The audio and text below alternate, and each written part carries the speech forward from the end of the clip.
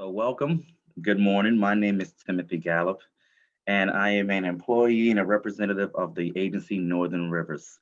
At Northern Rivers, I am a trainer for our training department here at SATRI, known as the Sydney Albert Training Research and Institute. So, just to introduce myself, and also, secondly, guys, I want to say thank you all for being here this morning and taking the time to increase your awareness around the mental health and things that are going on in our nation, especially here in our communities, right? So, in addition to in the work field, I am also a father, I'm also a husband, and even in our industry of professionalism, uh, there's not so much as a thing as a parent handbook, right? We don't have the rules and the regulations when interacting and even developing a mental status and capacity within our youth. So we're going to learn a lot here about it this morning today, dealing with these three wonderful, impactful women within our organization as well. So, and we are faced with many challenges, right? And all too soon, we often don't feel like we have the answers. So hopefully, by the end of this time, we can get a lot of information that may help to guide us and set us in the right direction to at least make some improvements at any level that we feel that we can. All right. So today we'll try to provide some insight into children's mental health around some areas of behavior and things to keep an eye on, making sure we're aware of what we're putting our finger on and how we may be labeling and categorizing things. We're also going to look at how to ask for help, knowing that we see things and these things may be difficult and who do we go to. And then we're also going to look at how we can create a safe and supportive environment for our children, right? As well as making sure we're mentally keeping care of our own selves, right? We have to make sure we're caring for everyone in the environment, right? So I'm joined here today by three of my colleagues that I briefly mentioned just a moment ago. I have Sharon Hutchison joined today with us from the Early Head Start program. Good morning. Good morning. I also have Kathy Wright with us from our Behavioral Health Center. Good morning, Kathy. Good morning. And I also have Mary Anderson with us from our prevention programs. Good morning again. Good morning. And again, we're going to find out a lot of information that we can from these women and just a couple of questions that we're going to go through, right? So I like to just get us started and open the door with some open-ended questions. And here's the questions, all right? So at what point is behavior no longer just kids being quote unquote kids, right? What kinds of things should caregivers look out for? All right, so Kathy, I want to begin with you and maybe take a swing at that question. Sure.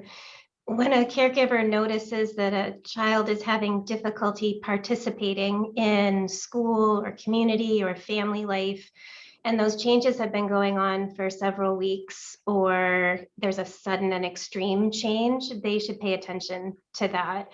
So some examples of what that might be for maybe a preschooler or an elementary age child are angry outbursts that are longer, more intense, more frequent.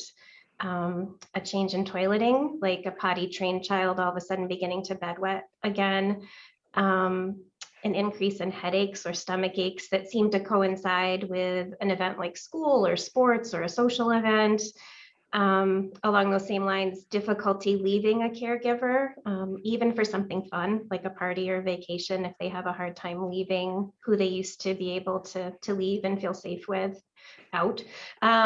Sleep disturbances like nightmares or difficulty falling asleep or staying asleep. Picking at their skin or pulling their hair, especially when they're upset or angry. Maybe thoughts that seem to be filled with the worst case scenario for themselves or people that they care about. And this may seem a little surprising, but I'm aware that a child who doesn't show a full range of emotions, so the child that always follows directions and never gets angry or upset, focuses a lot on helping others. A healthy emotional life is where we can express a full range of emotions and think creatively, especially for children. And if a child isn't showing anger and sadness, they may actually be very anxious or think that it's their job to take care of the family instead of the family taking care of them. Thank you. Uh, uh, Sharon and Mary, either of you have anything that you'd like to add as well to the question? Kathy did a nice job there. Yeah, I agree with all those. And when the child is no longer able to kind of be successful in some of those areas where they were successful before. And as she remarked on that change, you're kind of looking for that change, and not just a brief change, but as she said, an extreme change or change over time. Thank you. Awesome. I think also, Kathy mentioned, there are lots of times when we tend to, I don't want to say ignore, but when the child is quiet and compliant all the time, it makes it easier. And we sometimes overlook that as a concern or explore it deeper. And eventually it'll show up as a concern, but it just especially in a classroom, it makes it so much easier when you have those quiet, compliant children who don't react much, who don't cause problems. But I agree, it is something to look deeper at, to make sure that we're not overlooking the low flyers for the high flyers. Thank you. Thank you. That's all great insight and great information. You know, Kathy, Sharon, you guys all have a lot of great information. And some of the things that stood out to me most especially is, you know, looking at the children that are the most quiet. I know just growing up in this pace, in this day and this age, so many things are so fast paced and chaotic and loud that, you know, I tend to overhear folks saying, oh, I would just love it if my child did everything and sat quietly, you know, but there are some red flags I'm hearing from you guys within those categories. So thank you for making those things more aware and, you know, making our parents out here and caregivers aware of these things and how to really be in tune with our youth. So thank you. So let's move on to our next question. And I just want to focus a bit more on how mental health may be affecting our youth, and as well as the things the caregivers should look for, but more so in our ages of our tweens and our teens now. So Kathy, if you can kick us off. Sure. I think a lot of the things are similar for teens and tweens in terms of the rapidly changing behavior or the overtime change of not being able to participate and function the way that they used to be able to. I think that sometimes what's tricky about tweens and teens is it's hard to sort out what's normal moodiness and independence seeking and what might be signs of a larger problem. And that's the part that gets a little sticky sometimes.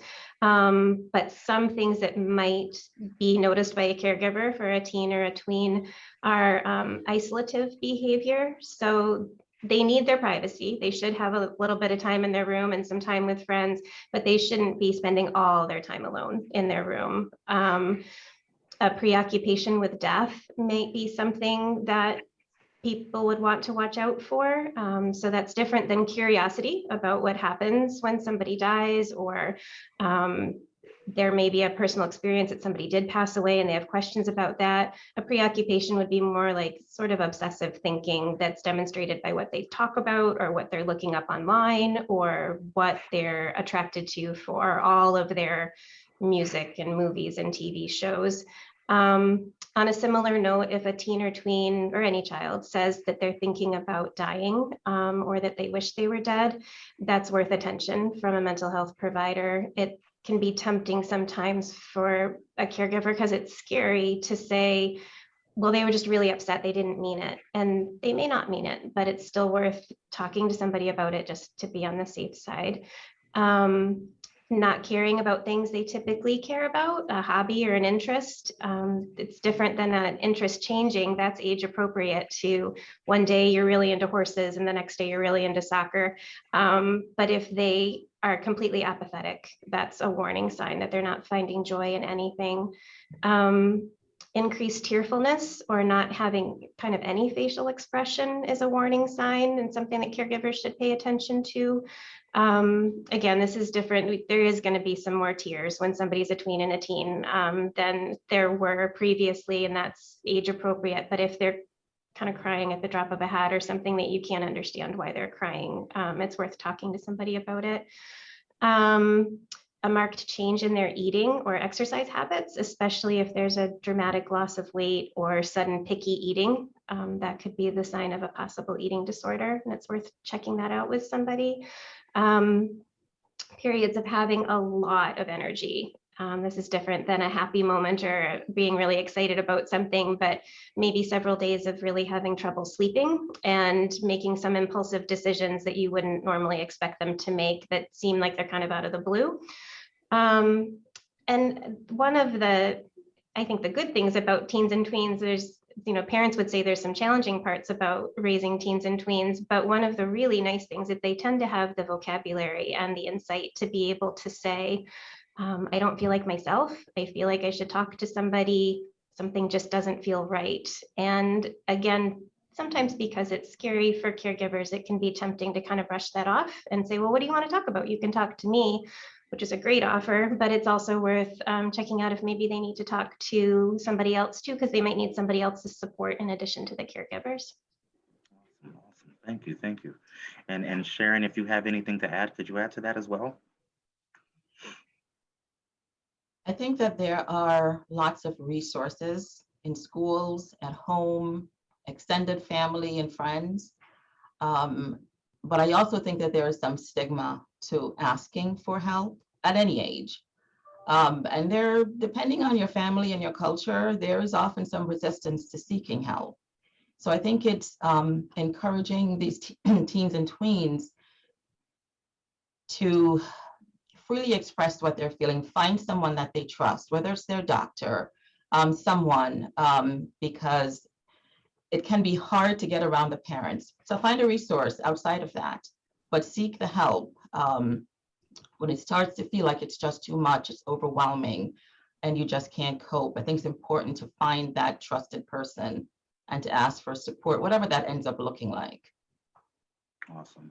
And Mary, I see you over there nodding your head as well. So I want to give you the opportunity to share.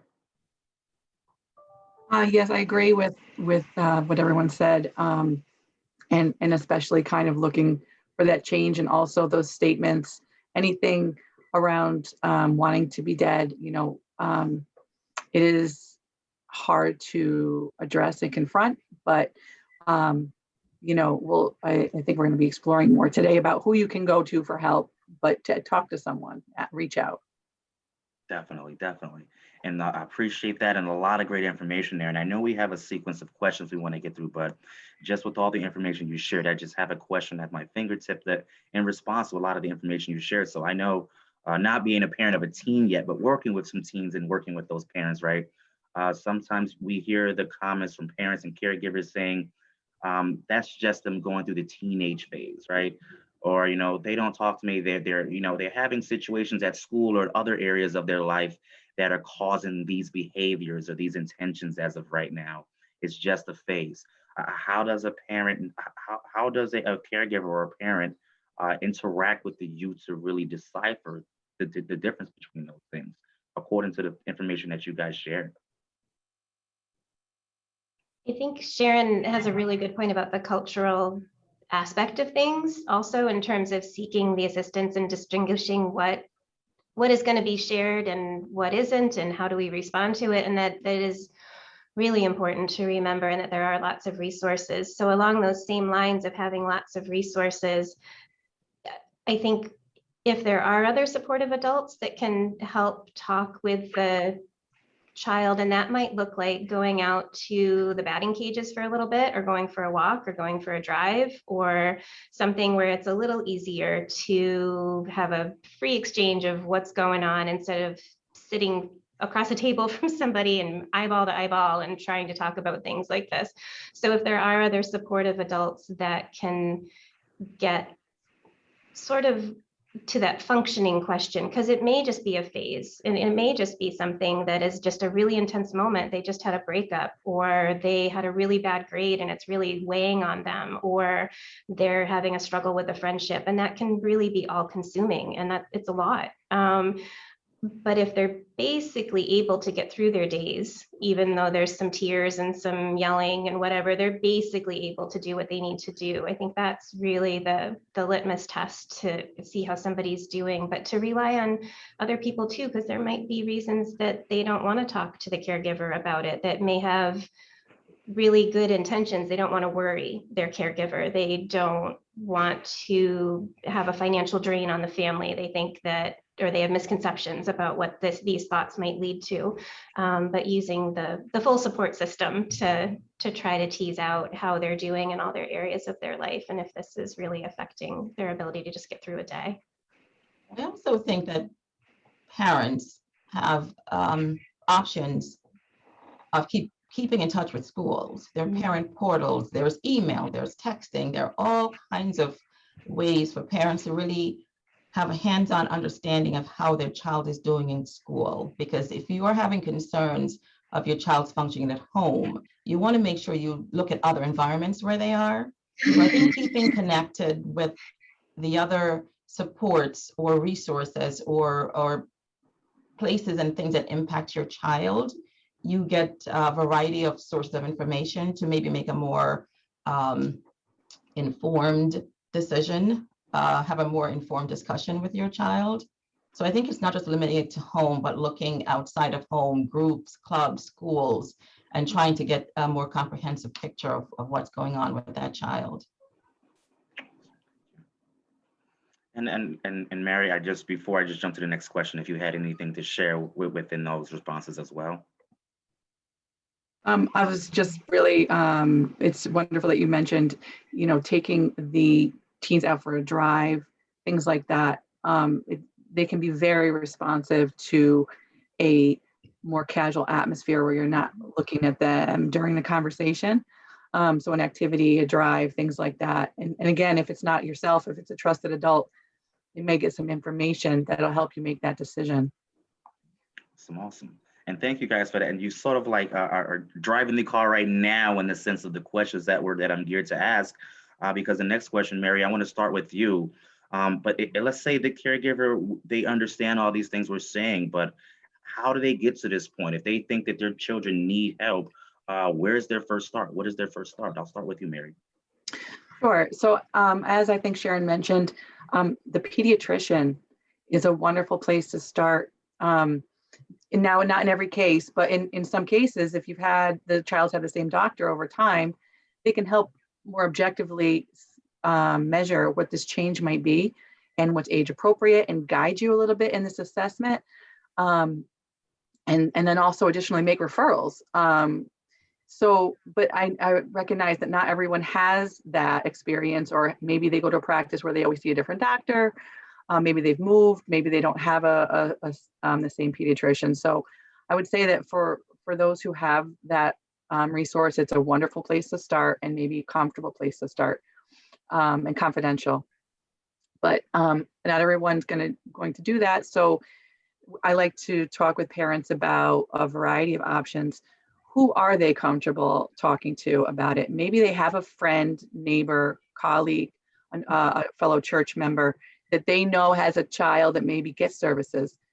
They could talk to that person and just see how did they start, or they could gather that information before they even disclose that they're thinking about, a potential problem or issue to be resolved with, within their own home. They can just gather that information. But also maybe they have a different service provider involved in their family that they can ask for that information and gather. Additionally, some people like to go to a neutral source and confidential. There's United Way has a helpline. You can dial 211 and you can discuss what, the issue or the resource you're looking for, and give them your zip code, and they will give you some potential service providers within the area. There's also a couple organizations in New York State, Families United Network, Families Together Network, that are parents of children who have mental health diagnoses. And it's a parent-to-parent support that can provide some guidance, and that non-judgmental person who has been through it and maybe can guide you through some of this process. Those are wonderful resources. Just speaking about, the agency where we work, you can go on the Northern Rivers website, click on services, and go down to behavioral health, and it will show you some phone numbers and locations of clinics where you can call and speak to someone and just discuss confidentially the issues going on, and then possibly schedule that intake conversation. And from there, once you're into that arena, there's all types of services that you can get access to, but it's taking that first step is very overwhelming to people. So I like to offer many different options. Additionally, you can call your health insurance, and they will send you a listing of local providers. So everyone likes to take a different avenue. So we like to discuss all of them because people can choose the one they're most comfortable with. Awesome, awesome. Thank you for sharing that, Mary. Sharon and Kathy, would either of you like to add in addition to that? I think that that was a excuse me, a wide variety of resources, and there's just so many community agencies and resources. And if you are struggling, call one of them. We've had people call here, nothing to do with our services, because they had a need, and we just try to connect them with the best possible resources. So just call someone.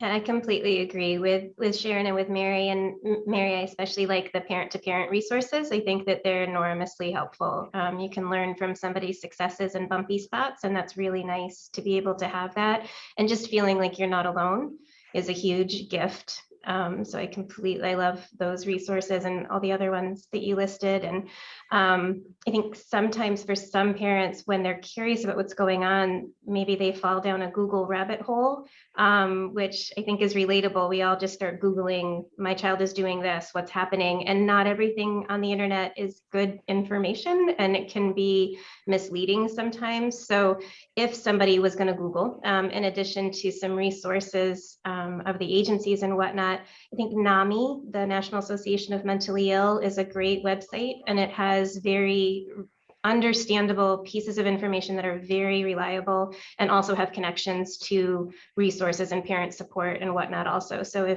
if you're wanting to learn a little more and want to start somewhere on the internet, NAMI is a great place to start. Awesome. Thank you all for your answers and responses there.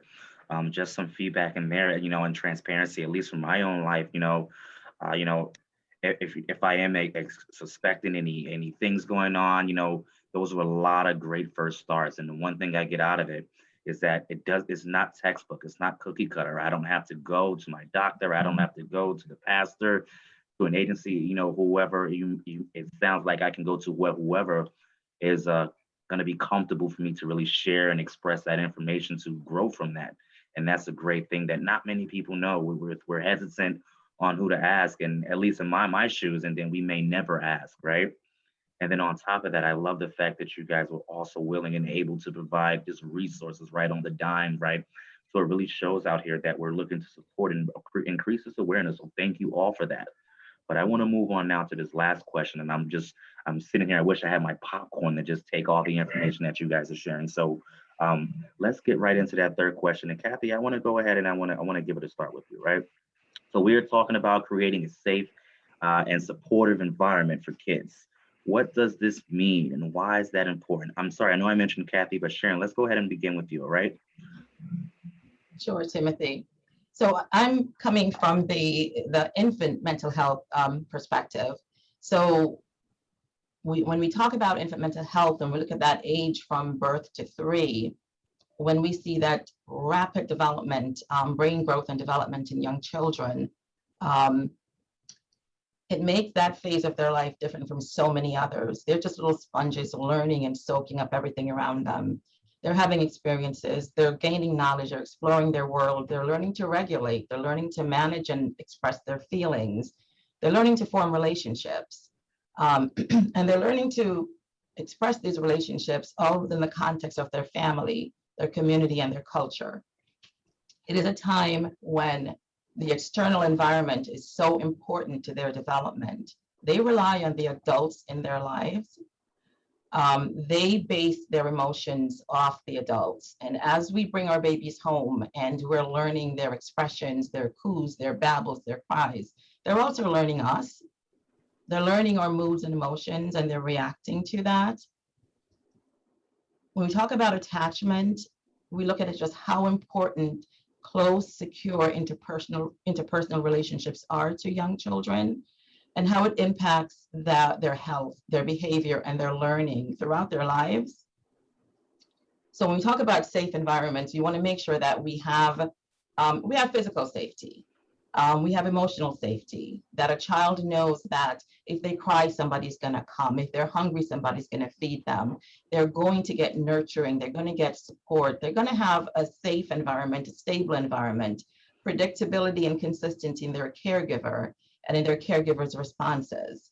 a climate where they can express themselves as little babies, because babies experience the full range of human emotions. You look at their little faces, they get sad, they get anxious, they get fearful, they get happy, they get ecstatic. You see a little bit of everything.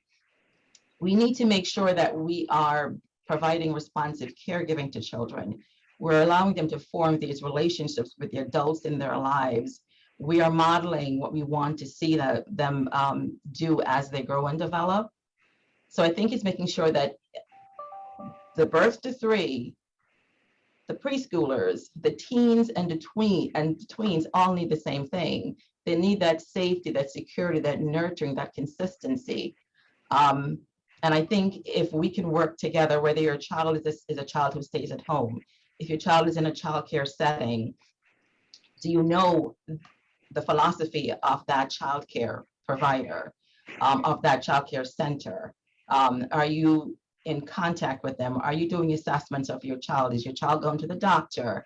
Are you, both Mary and Kathy mentioned the need for assessment and follow-up. If you have concerns, because even at this stage, children who are very quiet, who isolate, who don't want to be held, who can't be soothed, there are some behaviors that really should prompt a caregiver to seek help for their child at that young age, because that birth to 3 really lays the foundation for the development of your child throughout life. Thank you for that. Just so much that you're saying. I'm just holding on to every word. But before I get into any of my responses, Kathy or Mary, would you guys care to share and add to that? I would just say sometimes an important part in getting that safety, security, and all the things that these children need, especially from 0 to 3, is providing that support to the caregiver. So, that's why a lot of times any kind of mental health service for children involves the parent, because that mental health provider is only going to see that youth maybe for an hour a week. Sometimes it's more than that, sometimes it's less. But that parent is trying to provide all that care all the other hours of the day.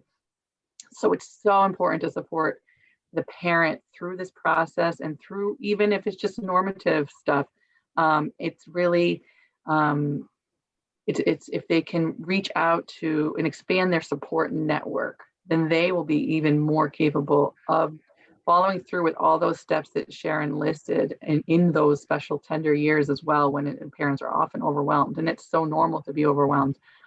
But the more supports you can put in place, the better these things can be assessed and resources accessed, if you have someone to help you. That, again, that 211 line is good, even if you're looking for a parent support. I completely agree with everything that Sharon and Mary said, in terms of that really that a huge foundation is laid birth to 3, and it's so important. And that really our brains are so plastic up until age 25. So what experiences we have definitely from birth to 3, and then until we're like 23, 25, it's plastic in that traumatic events, when we don't feel safe, either emotionally or physically, it affects the way we think and the way we respond to stress and our physical health. The good part about that too is that when we do have places that we feel safe and seen and heard, and again, whether that is at home or at school or in our church or on our sports team or wherever that is good for our brain, and that helps other pathways be laid that help us navigate stress better and relationships better. And when that happens, along the lines of getting support for caregivers and for children, when we are able to manage that stress in a way that's not as reactive and not as stressful for our bodies, it helps us, it helps our communities, and it's really a public health issue. Really, mental health is health, so that it decreases cardiovascular disease, it decreases aggressive outbursts. It's really good for our entire communities. And I think that that's something that's exciting. And I'm so glad to see more of that. I see it more in popular media now, in terms of that aspect of things, that this is good just for entire communities to take care of each other and to support each other. Thank you all for the response and the answer there to that question. It's so much. I know as a parent, as a worker in the field, but I just want to dive into some of those questions that I do have that you guys helped me to create. There's some knowing that you want to support and create that safe environment for the youth. Having experience myself working in the residential setting, we set up the youth a lot for success, and then they leave our agency and go back home to their environments. And I like, especially the way you worded it, Mary. You said not only do we support the youth, but we have to support the parents as well, the caregivers as well. And I just wonder, how do we make sure we engage those parents? How do we, because sometimes it's difficult. We may not have, whatever the means are to come to the table to support that youth or create that safe environment. So I guess my question is, how do we reach out to ensure that we're helping that caregiver or parent to be engaged in this process for the youth? The program where I work, that's what we primarily focus on, is engaging the parent and supporting the parent, so that their children can be successful and they can have a safe, home. And so the most important thing for people to know, if you're trying to reach out and help a parent who, you think that the child's struggling or the parent's struggling, is that non-judgmental stance. There is no perfect parent. And no matter what you think you see, there is no perfect parent. So just know that if you're struggling with, an issue with your child and you don't know where to turn, that, like I said, reach out to someone who's comfortable. But then if you're a person who is trying to help a parent that's struggling, know that they're likely to be sensitive about whatever the issue is that they're struggling with. Parents want their children to be successful. They want to be successful. And if they're not, then they're really have a lot of intense emotions around that. So it's just offering that listening ear. If you listen, you're not going to mess it up if you're trying to support someone. So just listening to start, if you're trying to figure out how to help someone, is a really good place to start. And just remember to be gentle and tender, even if it doesn't seem like they would need that, because it's sensitive. It's all very sensitive. We want our children to be successful and happy and healthy, and it's a lot of pressure that parents are under. So remembering those things in the forefront of your mind is the most helpful. I agree with Mary on the importance of listening, because the longer you listen, the more you understand where that parent is coming from, what it is that they're thinking, what's driving what they're doing or not doing. And I think also teaching. There are resources out there, and parents have the right to choose the one that they think will work best for themselves and for their children.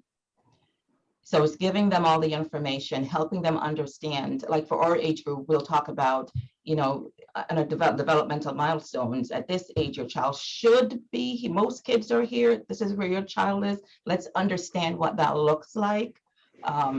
Let's talk about the resources. Because I agree, every parent wants their child to succeed. Every parent wants and tries their best to be a good parent. And it looks different in every family. And our job is to be there, listen, support, to provide the resources. And when they make the decisions about what to access and utilize, to really help them navigate that as smoothly as possible, so it doesn't throw up another obstacle or a barrier to seeking services. So it's being helpful, it's being a listener, and I agree, it's being kind and gentle and understanding none of us are perfect. And we all need that person to listen and to really respect what we're saying and to be responsive to us as the adults too. So we can then in turn be responsive and respectful to our families and our children. Awesome. I agree that there's no perfect thing to say in those situations, but there is a good way to be. And so if we're not too focused on finding the right words or finding answers or talking, that if we're better at listening and doing the non-judgmental, gentle listening, and recognizing that absolutely every parent wants, every caregiver wants to be a good caregiver. I think the other thing I'm thinking about too is that along those same lines, sometimes the stress is in so many parts of the family because it is difficult, and just life is hard. And when things are bumpy, it's even harder. And so incorporating the family into any mental health treatment that is sought is really important. And if a caregiver feels like they're not knowing what's going on in the mental health treatment, it's important that they speak up about that, that they make sure that they're part of the sessions or that they're spending time on the phone with the clinician. So if mental health treatment is what's sought, it's very important that the caregiver be a very active part in that. Awesome. Thank you. And just just from the responses there, I feel that you guys have helped me to understand a bit more that we're not just here talking about mental health awareness in our youth. We're talking about mental health awareness in all folks, right? It's important to make sure that everyone is taking care of the youth, the caregivers, and even the providers that work along with those folks to keep things as fluid and as smooth as they can be, right, for that growth and stability. So thank you guys for that. And even I want to wrap around some of the things that you said. I remember, Mary, you talked about the parent to parent interaction, right? And I can just imagine some of the supports that may be there and to align with the responses that you all just gave. So I want to say thank you guys. In closing, those were all of the questions and information that we were going to get through today. And really quickly, I just want to add another a brief a minute and a half in here if we can, to give you ladies an opportunity to share anything around mental health awareness that we didn't necessarily build a question around. So give you guys about 30 seconds each. I'll start with you, Mary. I just wanted to say, you're never gonna, if you reach out to get mental health support for your child, you're never making the wrong decision. So, you know, I work in a couple different programs, but in one of them is at the clinic providing mental health services. And some of these youth at times, I've seen them for, some time, and sometimes they're doing really well and they're fine and they don't need to, see me much. And that's great. And then when they have a time of struggle, they come in some more. And it just provides that space to problem solve life stressors. I wish the stigma around mental health would be lessened to where it's just a safe place to problem solve how you're going to cope with your daily stresses. You'll never make the wrong decision if you're seeking mental health services for your child. It's just a support. Maybe you only need it for a month or two. Maybe you need it longer, but it's just fluid, and it's just a safe place to problem solve really at the end of the day, and increase coping skills, because as Kathy said, life is hard. So. Thank you. Kathy, any last words? Sharon, any last words? I completely agree with Mary in terms of the spectrum of support, and that's something important to remember, and that therapy can look like lots of different things, and that we may have preconceived notions about what that is, and we might be wrong about that. And so it is always the right decision to talk to somebody if you feel like you are looking for mental health treatment for your child. I completely agree. Along the same lines of environments that are supportive and where a youth may feel comfortable or more open to getting support, or where people may be around them that are noticing something that for some reason isn't being noticed as much in other settings. One of the things that our communities offer more and more now is mental health treatment within schools. So that looks like a clinician who's in the school, and it's like having a little mental health clinic or a little private practitioner's office right in the school. So it offers great access. More and more our schools are the town halls. They're the town center of our communities. So especially in the rural areas where I'm more familiar with, up in Warren, Washington, and Saratoga County, where we're based, the schools are the hub of where everything happens. And I'm grateful for so many school leaders and community leaders working within that framework to provide all the support that the students may need. So through Northern Rivers, we have clinics in schools, and several other local agencies also have mental health clinic and mental health providers in schools. And I think that's just a great resource for caregivers and for students. So that's a great resource, as Mary said too, for the caregiver to reach out and say, this may not be a big deal, but I'm thinking that it could be. What do you think? And it's a great place to just get a little guidance. Thank you. I agree with both Mary and Kathy.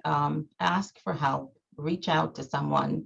If you are not sure what level of help you need or what the help may look like, ask for help for your children, ask for help for yourselves, ask for help for your families. It won't harm We hope it helps, but it won't harm. And listen, Kathy, you both talked about children being involved in multiple activities, whether it's school or the whole community. Listen to the people who spend time with your children. Listen to those trusted adults who say, you know, the so-and-so seems a little bit off. Is everything okay? Pay attention to yourself, pay attention to your child, and utilize the supports that are there. They're intended to be helpful. They're intended to support. And the hope is that you access them, you use the resources, and that it will help. Thank you. Thank you all so much. This information has been very fruitful and supportive for myself, and just guidance and direction. And I'm pretty sure for everyone else tuning in, there is something that anyone and everyone can grab from this. So thank you women so much for your time and the effort and the thoughts, and to help and answer some of these questions and provide guidance for all the folks out there. All right. So guys, I want to wrap this up, and I want to say that if anyone out there may be watching, maybe looking to get a little bit more information, or they have any questions, or they're just motivated to find out that support, please start here with us. You can post a comment here into our chat section, as well as, guys, you can send a private message to us here at our agency or our email address, which is communications@northernrivers.org. And we will be glad to help and provide additional support and guidance for all of you folks. So again, thank you guys for your time today. And remember, as everyone said today, talk about mental health, because we're here listening at Northern Rivers.